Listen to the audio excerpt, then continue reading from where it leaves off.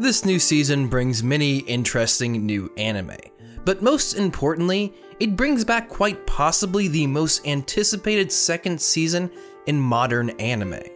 One Punch Man. One Punch Man is an adrenaline-fueled action show with tons of comedy and satire sprinkled in. It's known for having some of the best fight scenes to grace modern anime, and although there was a lot of fear maintaining that quality with the show's studio jump from Madhouse to JC Staff, assuming the first episode is a good reference, it looks like everything is still going to be amazing. But I obviously want to narrow my focus a bit and talk specifically about one of my favorite aspects of this show, that being the character of Saitama, the hero just for fun.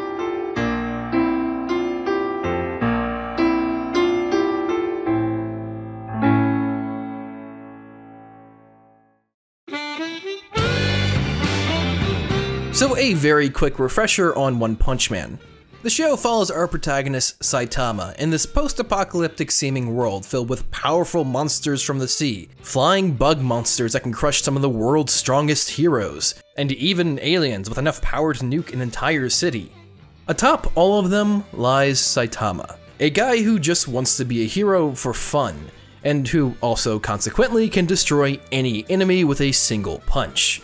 Leading me to the first part of Saitama's character I want to explore.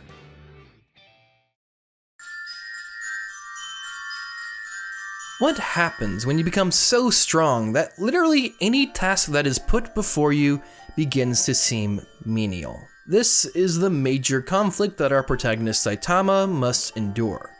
Originally, he dreamed of becoming the strongest superhero, and then actually attained it.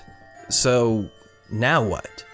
That's the major question of the show. Saitama seems to just flow through life at this point, and doesn't even particularly care for being recognized for his accomplishments. One of the major reasons Saitama joins the Heroes Association isn't so much for the fame, but because he needs some money and learn through Genos that they can actually get paid for the work that they do.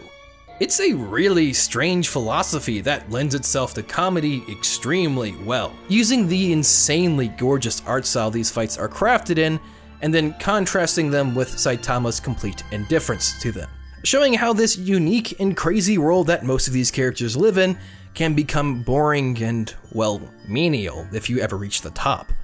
And that's kind of what's interesting about Saitama. He's reached the top through seemingly unknown methods. He attains these insane powers in a quick period of time with relatively little work. This ends up overshadowing most of the other characters in the series. Genos sacrificed most of his body to become as strong as he has. The Doctor dedicated his entire life towards researching evolution. And even Boros, the alien, is from an elite species that fought to become as strong as they are. Yet they are all easily defeated by a single punch from Saitama. It almost feels nihilistic, but the show has more to say than everything you do is meaningless, because Saitama wants meaning. He is a character who actively looks for stuff to do and is thusly incontent with how things are. He looks up to most of the characters who fight for something. Moomin Rider is a perfect foil to Saitama. He's weak and powerless, but he wholeheartedly fights for justice and constantly puts his life on the line for others.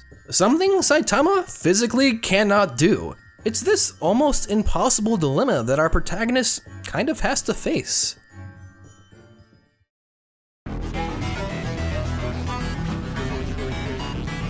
Saitama's physical character design is particularly unique considering it's, well, anime. His design is overtly generic, and if you were to quickly look it over, you wouldn't think much of him as a character. He is overall unassuming. He's bald, fairly generic looking, normally proportioned body, no scars, no distinctive outfits. Even his superhero suit is overall unassuming. This actually does two jobs.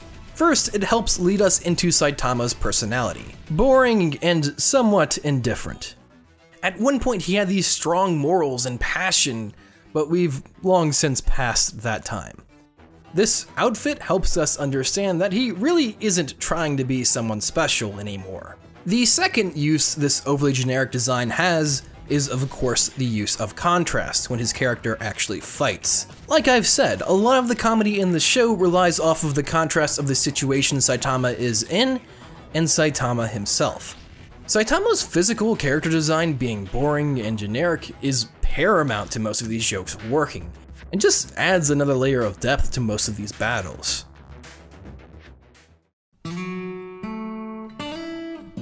Saitama is an incredible character. His exploration of finding meaning in his work is pretty unique in anime. It's this dilemma of what happens when you set a seemingly impossible goal for yourself and then actually achieve it. What's next? Saitama's struggle to find meaning in the thing he once loved and his goal to find more conflict is a conflict in itself, and it's incredible to see the show pull so much comedy out of it. This, stacked onto by his physical character design assisting in the comedy, makes Saitama a truly unique character despite his looks, and makes us all wonder, what would happen if we got so good at the thing that we did for fun that it no longer had any meaning?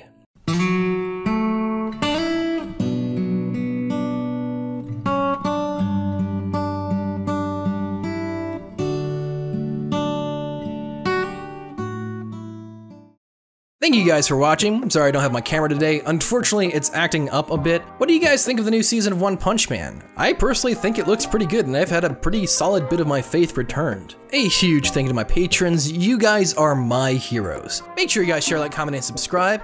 This is Manime Matt. Make sure you guys say man and go watch that goddamn anime.